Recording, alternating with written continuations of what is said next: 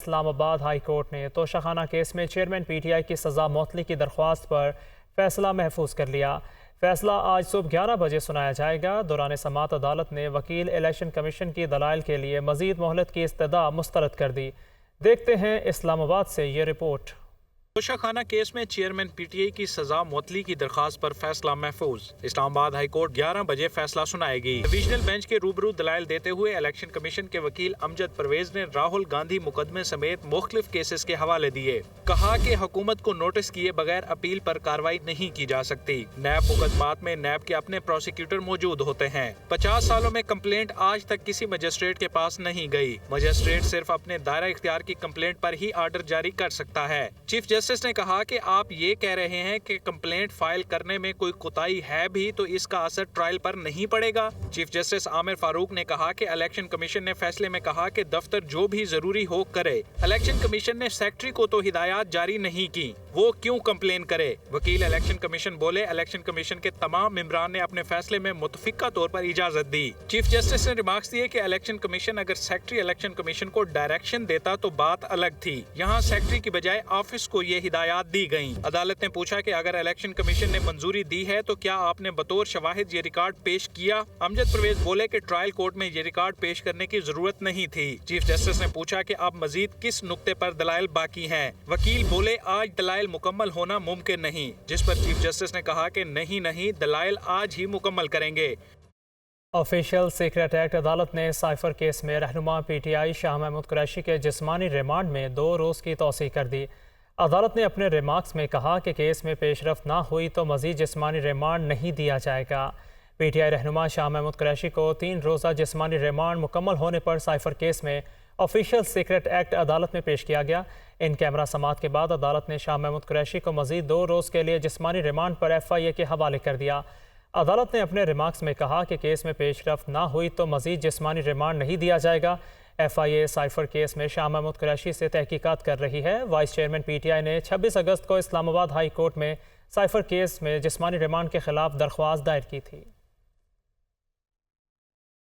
اب آپ کو بتائیں پاکستان تحریک انصاف نے عام انتخابات میں تاخیر کے معاملے پر سپریم کورٹ سے رجوع کر لیا۔ پی ٹی آئی کے سیکرٹری جنرل عمر ایوب کی جانب سے دائر درخواست کی گئی۔ درخواست میں استدعا کی گئی ہے کہ صدر مملکت کو 90 روز میں انتخابات کی تاریخ کا اعلان کرنے اور الیکشن کمیشن کو عام انتخابات کا شیڈول جاری کرنے کا حکم دیا جائے۔ درخواست میں موقف اختیار کیا گیا ہے کہ مشترکہ مفادات کونسل کے 5 اگست کے فیصلے کو خلاف قانون قرار دیا جائے اور ادارہ شماریت کی 2023 کی مردم شماری کے نتائج کو غیر قانونی قرار دیا جائے۔ پی ٹی آئی کی جانب سے دائر درخواست میں الیکشن ایکٹ میں حالیہ ترامیم کے بعد الیکشن کمیشن کو انتخابات کی تاریخ دینے کے اختیار کو غیر آئینی قرار دینے اور چاروں صوبوں کے گورنرز کو صوبوں میں 90 روز میں عام انتخابات کے الیکشن کی تاریخ مقرر کرنے کی بھی استدعا کی گئی ہے۔ بجلی کے بھاری بلوں پر احتجاج میں تیزی، شہر مظاہرے، مہنگائی کی دہائیاں۔ لاہور، ملتان، فیصل آباد، بہاول نگر سمیت دیگر شہروں میں بجلی بلوں میں ٹیکسوں کی بھرمار پر احتجاج۔ بل جلا دیے۔ راولپنڈی میں مظاہرین نے گرڈ اسٹیشن کا گھیراؤ کیا۔ بل جمع کرائیں گے اور نہ گھروں سے بجلی کا کنیکشن کاٹنے دیں گے، مظاہرین کا اعلان۔ دیکھتے ہیں یہ رپورٹ۔ 2 وقت کی روٹی کمائیں، کرایہ دیں یا ہزاروں روپے بجلی کے بل بھریں، شہری حکومت کے خلاف آگ بگولا ہو گئے۔ ملک گیر احتجاج کا سلسلہ جاری۔ سول سوسائٹی، مزدور طبقہ اور دکانداروں سمیت تاجر برادری سب سڑکوں پر۔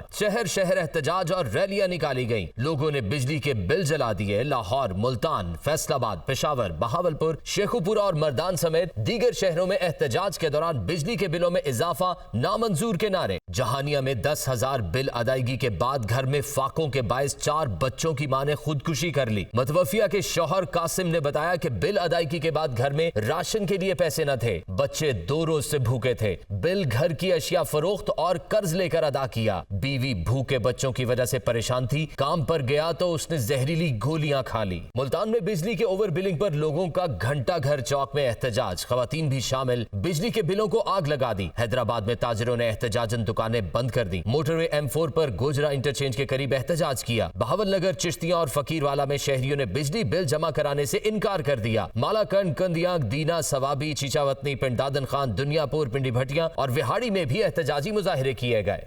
فی الوقت کے لیے اتنا ہے۔